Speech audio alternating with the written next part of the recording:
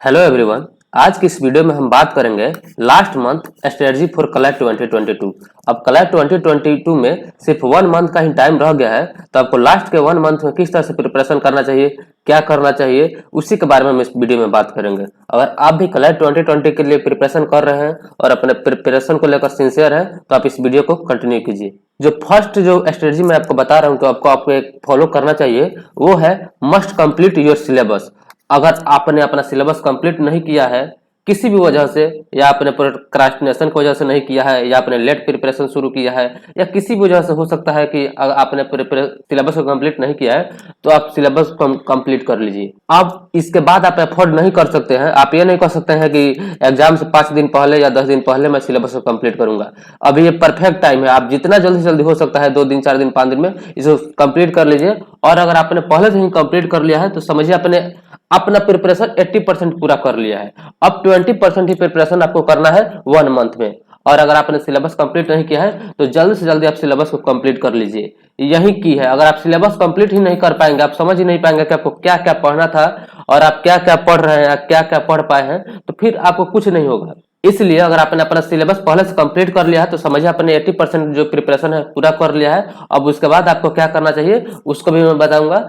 अब आपको syllabus complete क्यों कर लेना चाहिए अभी, क्योंकि ये क्या करेगा, आपको कॉन्फिडेंस को बूस्ट करेगा। ये आपको ये बताएगा, ये आप अपने आप को ये कहेंगे कि मैंने सिलेबस कंप्लीट कर लिया है और मैंने उसको पहले से भी पढ़ा है, तो आपका कॉन्फिडेंस इससे बूस्ट होगा। और दूसरा है, आपको टाइम मिल जाएगा रिवीजन के लिए। अब वैसे तो बहुत ज्यादा टाइम नहीं है, लेकिन जो भी टाइम है उसके लिए आपको रिवीजन के लिए टाइम मिल जाएगा।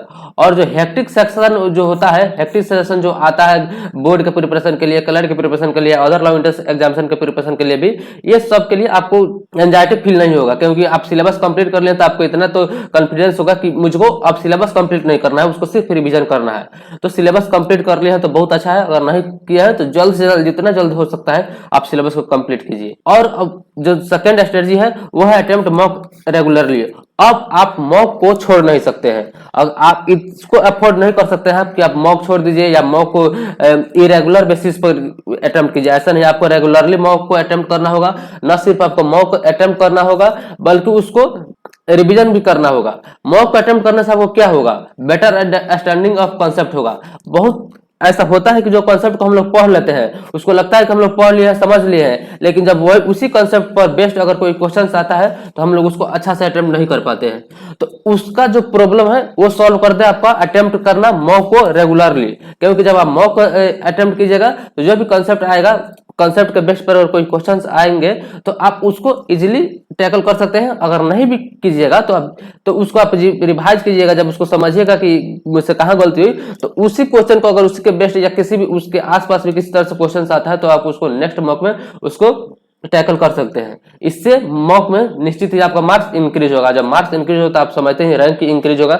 रैंक इंक्रीज होगा तो समझिए आपका कॉन्फिडेंस भी इंक्रीज होगा। आप अपने आप को समझेंगे कि हाँ, मैं भी अभी रेस में हूँ, या मैं अपने जो ड्रीम मैंने लिया है उसके तरफ बढ़ रहा हूँ। जितना ज्यादा से ज्यादा आप मॉक दीजिएगा, उतना ज्यादा से ज्यादा आपका मॉक क्वेश्चंस होंगे, और जितना ज्यादा से ज्यादा आपका क्वेश्चंस होंगे, उतना ज्यादा से ज्यादा आपका डाउट्स होंगे। ये सिंपल सा लॉजिक है, इसके लिए रॉकेट साइंस की कोई जरूरत नहीं है। लेकिन अगर आपके जितने ज्यादा डाउट्स होंगे, अगर आप सिंसियर स्टूडेंट है, तो उस डाउट्स को क्लियर भी कीजिएगा, छोड़िएगा नहीं। क्योंकि आप कलर के लिए प्रिपरेशन खुद के लिए कर रहे हैं, और इससे आपका लाइफ डिसाइड होने वाला है कि आपका किस एनएलयू में जाने वाले हैं, उसके बाद आपका लाइफ कैसा होगा। यानी कि आप खुद के लिए प्रिपरेशन कर रहे हैं, तो आपको खुद ही सब कुछ करना होगा। तो डाउट ज्यादा होगा तो आप उसको क्लियर भी कीजिएगा। और डाउट क्लियर कैसे होगा, आप टीचर से संपर्क कीजिएगा, उनसे पूछिएगा, या कहीं से भी आप देखिएगा।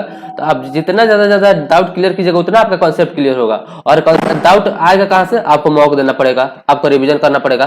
तो इसलिए आपको मॉक देना ही चाहिए। मॉक रेगुलरली दीजिए। और सिर्फ मॉक देने में और क्या होगा, हो सकता है कि लीगल के जो भी टॉपिक्स आपके मॉक्स में पूछे जाए, या करंट अफेयर्स के जो टॉपिक पूछे जाए, हो सकता है कि उनमें से कुछ क्वेश्चन तो डायरेक्टली आ जाए। मान लीजिए नेग्लिजेंस पर आए, पैसा सेम टू सेम नहीं हो सकता है, लेकिन जो नेग्लिजेंस, मान लीजिए मॉक में आपको नेग्लिजेंस के बारे में पूछा गया, पैसे दिया था, तो आप नेग्लिजेंस को तो पढ़ लिए हैं, पहले से भी पढ़े हैं, लीगल के लिए तैयारी भी कर रहे हैं, और नेग्लिजेंस मॉक में भी आ गया। और हो सकता है आप जब आप उसको अच्छा से पढ़ लीजिएगा, तब हो सकता है कि नेग्लिजेंस के बेस्ट ही कोई पैसे पैसेज आ जाए तो उसको भी आप अच्छा से बना सकते हैं। कलेक्ट में भी यही होता है कि या तो लीगल का पैसेज टॉपिक या करंट अफेयर्स के टॉपिक डायरेक्ट आपके आ सकते हैं एक्चुअल कलेक्ट के एग्जाम में। इसलिए आपको मॉक को तो देना ही, आप मॉक इग्नोर नहीं कर सकते। अगर आप मॉक इग्नोर कर रहे हैं तो समझिए आप कलेक्ट को इग्नोर कर रहे हैं। कलेक्ट को आप इग्नोर कीजिएगा तो एनएलयू आपको इग्नोर करेंगे, इस बात को याद रखिएगा। अब हम बात करते हैं अब क्या करना है, रिवीजन रिवीजन रिवीजन। जितना ज्यादा से ज्यादा आप रिवीजन कर सकते हैं कीजिए। Revision is the key. Revision के अलावा और कुछ, रिवीजन में सब कुछ आ जाता है। सिलेबस को कंप्लीट करना, मॉक को रेगुलरली देना, उसको अटेम्प्ट करना और रिवीजन करना। रिवीजन आप कहाँ से कीजिए, जो भी आप नोट्स बनाए हैं उसको रिवाइज कीजिए। नोट्स बनाए इन द सेंस कि हो सकता है आप हैंड रिटन नोट्स खुद से बनाए हैं या जिसको आप पहले से पढ़ते आ रहे हैं, कोचिंग का मॉक हो या फिर कोचिंग का नोट्स हो या फिर किसी के साथ अगर आपका कोई भी फेलो स्टूडेंट कोई भी आपके साथ भी मॉक कलेक्ट का एग्जाम दे रहा है तो उसका भी अगर आप नोट्स यूज कर रहे हैं तो भी आप नया चीज मत अटेम्प्ट कीजिए। ऐसा नहीं कि अब नया कुछ मैगजीन शुरू कर दे पढ़ना, जो आप पहले से पढ़ते आ रहे हैं उसी को पढ़िए, क्योंकि अब उतना टाइम नहीं है कि आप नया पढ़िएगा और फिर उसको सीखिएगा। पहले से जो आ रहा है उसी को रिवाइज नोट्स में आप जो भी नोट्स आप बनाए हैं, कोचिंग का नोट्स है या जो भी जिस पर आप पहले से उसको पढ़ते आ रहे हैं आप उसी को पढ़िए, उसको ज्यादा से ज्यादा रिवाइज कीजिए। इसी में आपका सफलता का रहस्य छुपा हुआ है, वही आपको कलेक्ट के लिए अच्छा से प्रिपरेशन में हेल्प करेगा। उसके बाद है रिवाइज ऑलरेडी अटेम्प्टेड मॉक, यानी कि आप ये नहीं कह सकते हैं कि जो मॉक आप एक बार दे दिए हैं उसको एक बार पढ़ लिए हैं वो हो गया, नहीं,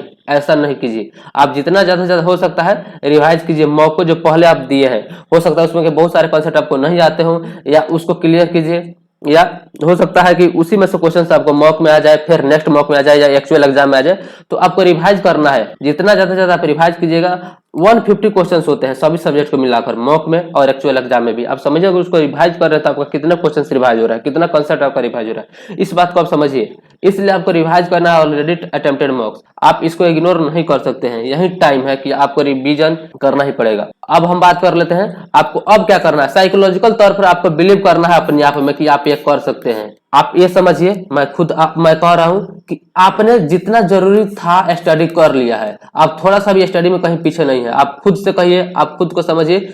अब आपका जो जरूरी है वो है last efforts, only you need last efforts. आपको अंतिम में जो 1 मंथ का जो टाइम है उसमें लास्ट एफर्ट्स करना है। आपने बहुत पढ़ा है, आप ये मत समझिए कि मैंने नहीं पढ़ा है, मैंने लेट से प्रिपरेशन शुरू किया, मैंने धीरे धीरे प्रिपरेशन शुरू किया, मैंने खुद के टाइम वेस्ट किया, ऐसा कुछ मत समझिए। अपने आप में बिलीव रखिए। अगर आप खुद में बिलीव रखते हैं तभी आप एग्जाम को करेक्ट कर पाएंगे, क्योंकि जब आप एग्जाम सेंटर पर जाएंगे तो देखेंगे बहुत सारे स्टूडेंट है जो एग्जाम दे रहे हैं, आपको लगेगा कि मैंने प्रिपरेशन ही नहीं किया है। मॉक में देखिएगा कि आप पीछे अगर रह जाते हैं किसी मॉक में, या फिर आप देखेंगे कि बहुत सारे स्टूडेंट का बहुत ज्यादा मार्क्स आ रहा है, आपका कम आ रहा है, तो फिर उसमें भी आपको एंजाइटी फील होगा। इस तरह से मत सोचिए, बिलीव कीजिए कि आपने बहुत स्टडी कर लिया जितना जरूरी था, उससे थोड़ा सा भी कम आपने स्टडी नहीं किया है।